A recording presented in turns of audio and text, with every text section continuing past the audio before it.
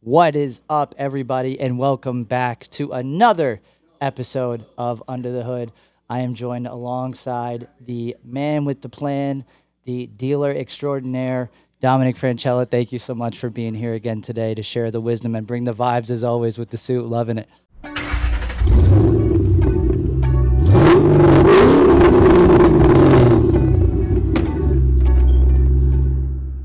CJ, what's up with the hat today? How did you happen to wear the same hat that I'm wearing? I was going to ask you the same thing. I mean, I think there's, with what we were going to talk about today, there was a little something else going on, a little telepathy.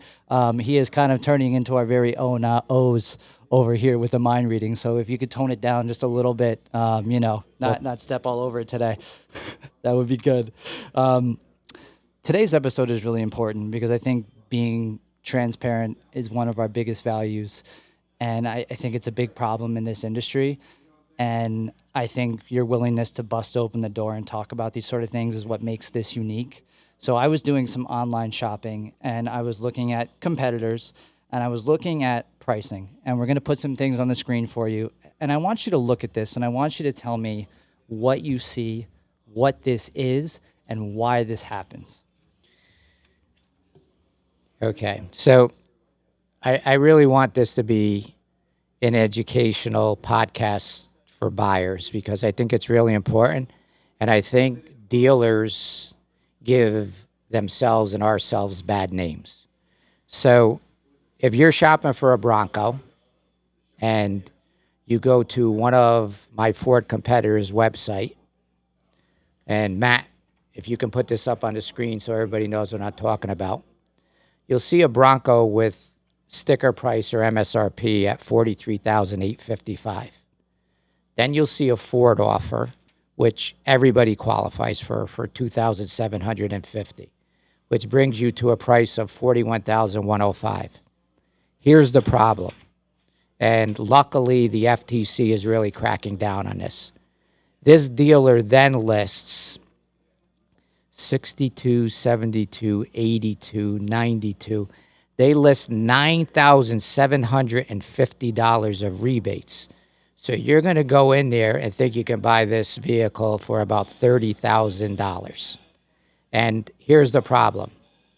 The first one for $3,250 is a special owner loyalty retail customer cash. Only certain people qualify.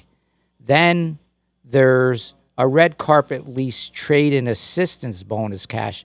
Well, unless you're doing a lease, if you're buying, you don't get that. Wow. Then they give you a 26 Hispanic Chamber of Commerce exclusive cash reward for $1,000. So I don't know how many people qualify for that. Then they're going to give you another $1,000 for Jeep competitive. So if you own a Jeep, you qualify for that. Then they list college student recognition, military recognition, and first responder recognition, all $500. Well, none of them can be combined with the other. So if you take the military, you can't get the college or the first responder. So this is what I would call false advertising and false marketing for you to drive to this dealership and take and waste your time. So you find out, no, you could only buy the car for $41,105. Wow. That's unbelievable. I mean, not only is it unbelievable, but it just seems unethical and it seems like it's an old world tactic again. And you hit the nail on the head, right? It used to be all about how do you get the customer in the door so then you can kind of almost entrap them into a deal. I mean, this is totally misleading. And I mean, frankly, this is my opinion. I don't think you should be able to advertise like this. I mean, this should be totally... Well, the FTC just came out with a ruling. They're not going to be able to anymore. And if they continue to do it and the FTC finds it, we're going to...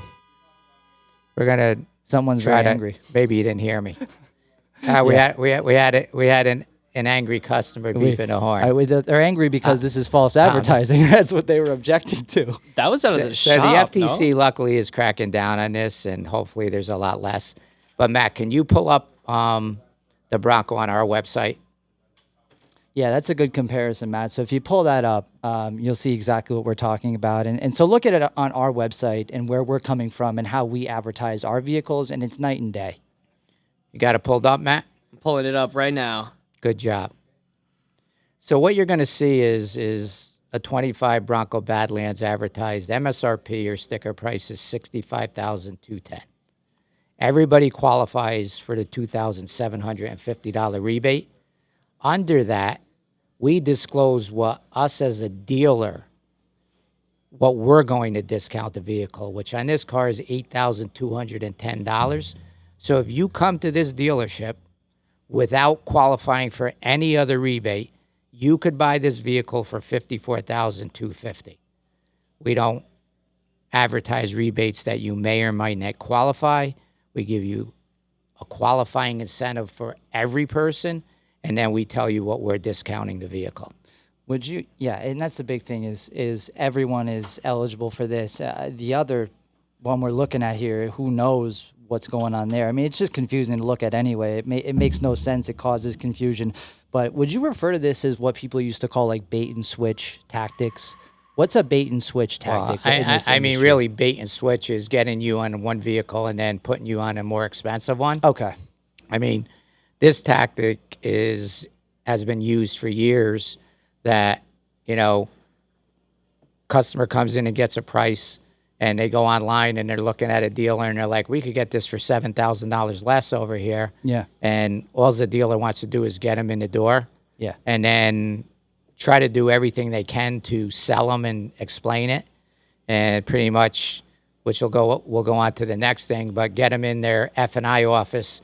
So in that office, since you're not getting the rebates, that office is going to also try to do things to you. So it's really trying to get a customer in the door, keep them there for as long as possible, and then put them in a vehicle that, they want to get rid of. Yeah, and one last thing I also wanted to mention when we're comparing, it actually looks like these guys are almost more not customer friendly, but it's like, oh, we're trying to give you all these incentives when none of them are true. You look at us, it's simpler. It's one line. Oh, this dealer, look at how much they're offering me. So it's even more in the realm of playing what we would call, Matt, you'll know this, a Jedi mind trick.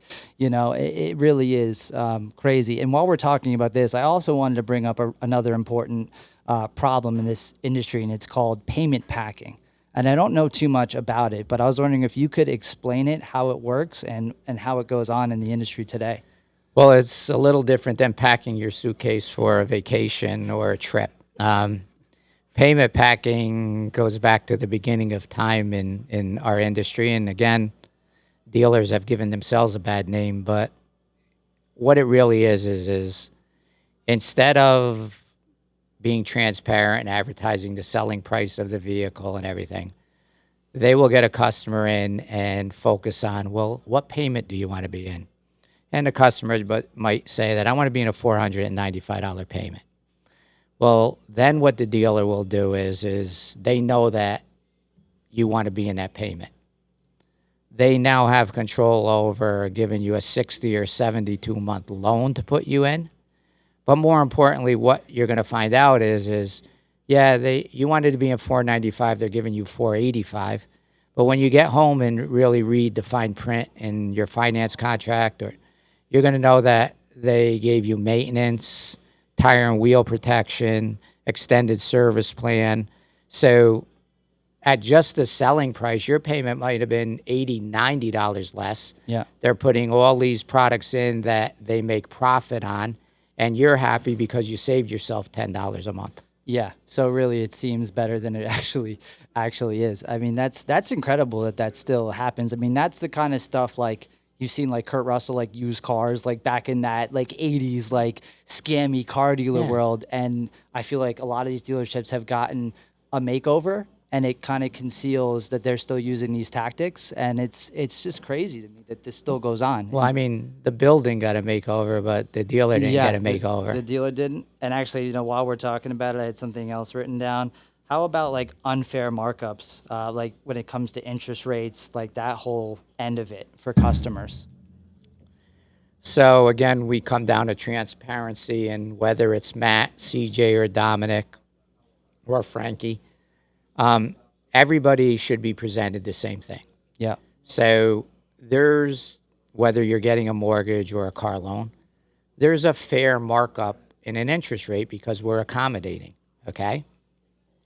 But whether you're Matt, CJ, or Dominic, Yep. the markup is the same to all of us. Yep. What a lot of dealers do is the markup for Matt might be 1%, for you 1.5%, and me 2% based on, well, Matt's real knowledgeable, but Dominic's not real knowledgeable, so we can make 2% here where we're making 1%. So, I mean, I would tell you that a lot of dealers do that. So when you go to in a dealership, a couple of things. One, don't talk about payment. Ask them what you could buy the vehicle for. Tell them how many months you want to finance. Let them give you a payment. Find out what the interest rate is, okay? And then ask them to give you a printout so you can see that the selling price is $29,995 and there's no add-ons. Yep. And what is it like? There's another tactic, and you would probably know this. And as I was researching some of this stuff, they call it like they break it up into 4 quadrants when they're processing a payment, and they can move things from one quadrant to another to still get you to the same place, but you feel like you're better off. Well, again, they want the customer to feel like they're in control, so they do this because the customer thinks they're in total control. Yep. And they are in no control. The dealer's in control, and the dealer has it rigged to have that customer pick a quadrant that the dealer's going to make the most money. Yeah, it is insane. And if you don't have anybody to turn to ask these things to, that'll give you an honest answer, you really are in the dark. I wanted to get your advice and opinion on a story that I read about someone who they're calling it a spot delivery scam, where they take the car home before it's fully financed. And then after they take the car home, they get used to everything, the terms and conditions all change, and they pressure them into signing a new deal, new terms a day later. Yeah, I mean, that's another thing, you know, we're not going to let you take a vehicle home and tell you you're going to do the paperwork later. Never. I mean, so what the dealer wants you to do is to love the car, and you take it home and you drive it for a day or two, and then they call you up and say, oh, there's some mistake with the contract, come back in.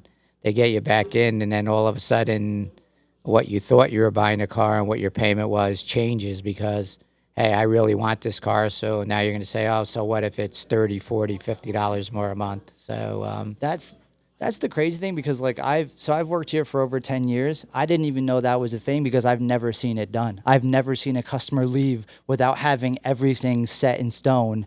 And I'm like, how has this happened? But then you research it online, it happens. Like, it happens all the time. yes. It's just unbelievable. And I think, you know, I've been sheltered, obviously, working here with how we operate and how you've built this business and run the business. So when I read about these things, I don't even believe they're true. Like, half of them are just shocking to me.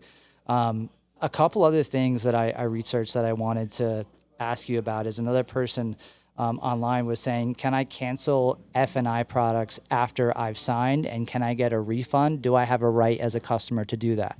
So there's certain F&I products that you can, and there's certain F&I products that you can't. Mm-hmm.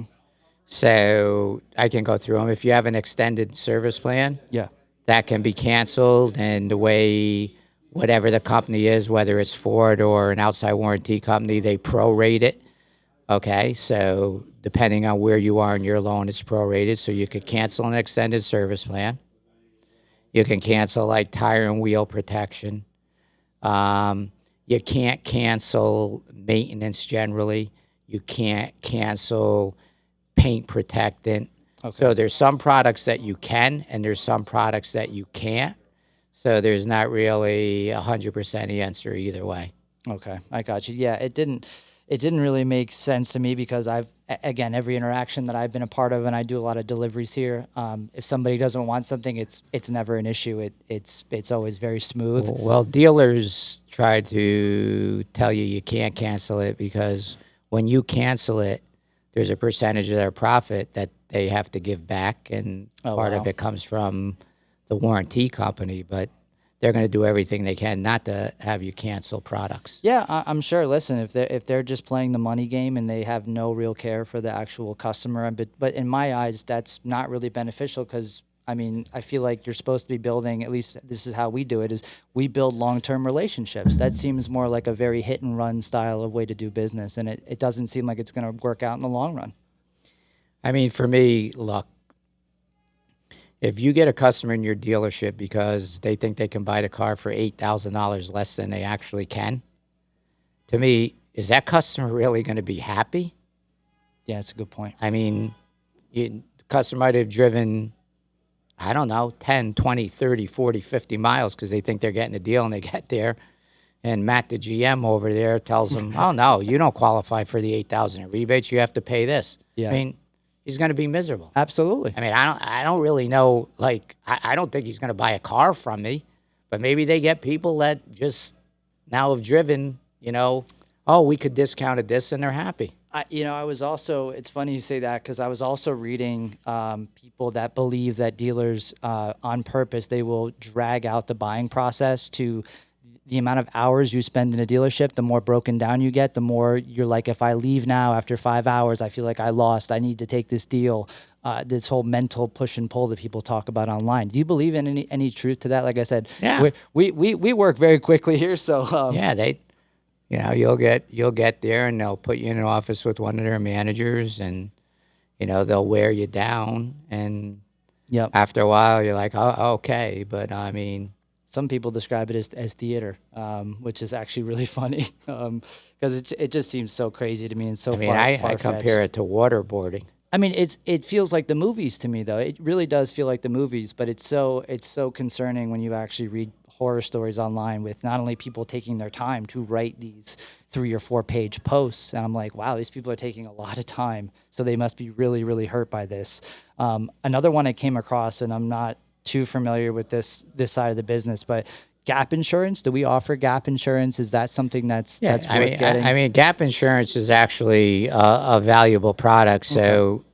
I'll explain it. Let's just say that you take a 72-month loan, and you're financing a certain amount of money, and the amount you're financing at any point in time, your payoff is going to be a lot more than the value of the car. So if you buy gap insurance, and let's just say your car's stolen or totaled, and they say your car's worth $30,000, but you still own $37,000. If you have gap insurance, you walk away, and you are not responsible. So that's the gap. If you don't have gap insurance, that's the gap. You're responsible for the $7,000. So you know what I tell people? It's like anything else. Yep. Whether it's an extended service plan or insurance, you want to gamble, you can gamble. Yeah. If you believe insurance, take insurance. You may never use it, but do you want to be in a place where it might be a $5,000, $6,000, $7,000 hit for you? I mean, gap insurance is valuable in certain situations. So there's validity to it. It's not, okay. So I see what you're saying, and it sounds more complex than it is, but it's a gap in what you would owe on the car if that circumstance. It's really interesting. How about let's talk about another really big pain point for customers is all these fees that dealers tack on and add on, and people don't know what is negotiable, what's not negotiable, what is. A lot of dealers I've read that'll say this is the law, but it's not the law. They're just playing the customer, trying to tack on the fees. So really, fees vary from state to state. Yeah. I mean, I'll just talk about one fee. It's called a document fee or a doc fee. Yep.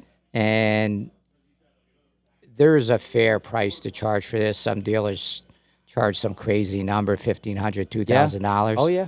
But the law is that, one, you have to fully disclose it. You can't bury it in the selling price of the car. 2, you have to disclose exactly what it's being collected for. And 3, it is negotiable. It doesn't mean that any dealer has to negotiate from a fee down to something else, but the fee is negotiable. I mean, that's the state of Connecticut. I mean, I don't really know the laws in other states, but it differs from state to state. But a lot of dealers, they'll take that fee and bury it into the selling price, and you'll never know you're paying it. Yeah, it was interesting. I mean, and you go through a lot of these various things. I mean, you hear horror stories of charges appearing twice on people's buyer's orders. and people complaining that a lot of F&I offices don't list certain things as optional, so people feel like they're obligated to take it. I know that's something we went through here. We made sure every single line, it is 100% in bold, optional, optional, optional. It even says on our buyer's order, if you look at it, you do not have to purchase this in bold lettering. I don't think a lot of dealers are doing it because I see a lot online where people don't know what is expected and what's not to pay. I mean, really, to educate the consumer, when you're purchasing the car, you get a purchase order. Yep. Okay. So you have a purchase order, and everything on that purchase order is signed by the dealership. Yep. So when you go to pick up the car, you should make sure you have that with you and compare it to what you're getting when you're leaving with the delivery. There should be no difference unless you've agreed to purchase something else. So that original purchase order and when you leave is exact unless you decided that you're going to buy maintenance or you're going to buy ESP or you're going to buy something. Yeah. So, I mean, the moral of the story here is you really have to, if you're going to buy from these places, you're going to have to do your due diligence. I've also heard some horror stories about like CarMax and Carvana with false advertising, and you're not allowed to inspect the vehicle before you purchase it, which has related to a lot of different things. How do you feel that industry and those companies are doing in today's market with used cars? Well, here, I just give you an example. So I just, a couple weeks ago, had a gentleman that purchased a vehicle from Carvana. Yeah. And thought he got a great deal. And then the vehicle's dropped off to him at his house, and there's 5 or 6 things wrong. So the fine print tells you that you have to notify us right away. Yep. And if it's not caught, it's great because they don't have to worry about it. But then they will agree for you to go get an estimate, and then it's on you to go get an estimate, bring your vehicle, get it fixed, and get reimbursed from them. So, wow. I mean, listen, they sell vehicles at prices that we can't, but you always have to remember you get what you pay for. Very true. And unless you have all the pictures and the quality of the vehicle is checked, you know, if someone's selling a vehicle for $2,000 less than we are, there's a reason. Yep. Either it has accidents or there's things wrong. Yeah, and that's another great talking point as well, is talking about certified pre-owned and Blue Ford Advantage and things like that. I mean, what is the value in buying a car with that? Because people say those cars are really the premium ones to go after on the used car market. And Carvana, I don't believe so. I don't think they can add those things to protect those cars. I mean, the real advantage to the consumer is the car company is putting their name on it. So, you know, a dealer has requirements that a car has to be checked a certain way. Yep. Things have to be done, and that's why it's certified. So, you know, Ford has a really good program that when you come to buy a certified vehicle, it's certified and there's a full checklist of things that you've gone through. If you can just sell anything, you have no checklist, and the vehicle that you're going to get that's certified compared to the same year and make and model and mileage is 2 totally different things because they're not checking for anything. I mean, here, if we certify a car, the tire tread has to be at a certain number, brakes have to be at a certain number, and there's 100+ items that you have to check. So that's the advantage of a CPO program. Plus, you get a warranty with it. Yeah, it's exactly these guys. I actually had a customer that bought a car from Carvana, and they got the car and they figured out it had aftermarket parts under the hood and everything else. And thank God they figured it out in the first 7 days. Otherwise, they would have been stuck. So when you have something like a certified pre-owned vehicle, there are checks and balances. I got a couple more for you here, and we'll talk about Cinco de Mayo. A lot of people have a lot of pain and heartache about dealers that are still leaning into this market adjustment on certain specialty vehicles and everything like that. Do you think this is still going on? I know COVID was a little bit... I mean, listen, a market adjustment is something that I consider fair. So I'll just give you an example with Ford. Yeah. So Ford limits production on their F-150 Raptor R. Yeah. So a regular Raptor is, you know, just a 6-cylinder, but a Raptor R, I believe, gives you 700 horsepower, and everybody wants them. Yep. So there's so few of them Yeah. that the market says that, if sticker price is 100, it's 130,000. That's Yep. what the market will bear. You could literally go take that truck Yep. and bring it to auction and make $25,000. So it's like anything else. The So, more I mean, desirable. listen, there's fair market adjustments and unfair. Yeah. But on vehicles that's limited production, Yep. that is something everybody wants, it's what the market bears. So if you don't buy it, we literally can wholesale it and make near the same money. Yeah, no, it is pretty crazy. I mean, I think, like I said, I don't think people are having a problem with that. I think it's more of just people, like you said, being unreasonable. I know people find value in things that are very scarce and it's limited runs, and that makes sense. It's like that across the board. But I just saw a lot of that was going on. Thank you so much for your time, Dom. Appreciate all you guys watching, and make sure to like, comment, subscribe. We'll see you in the next one.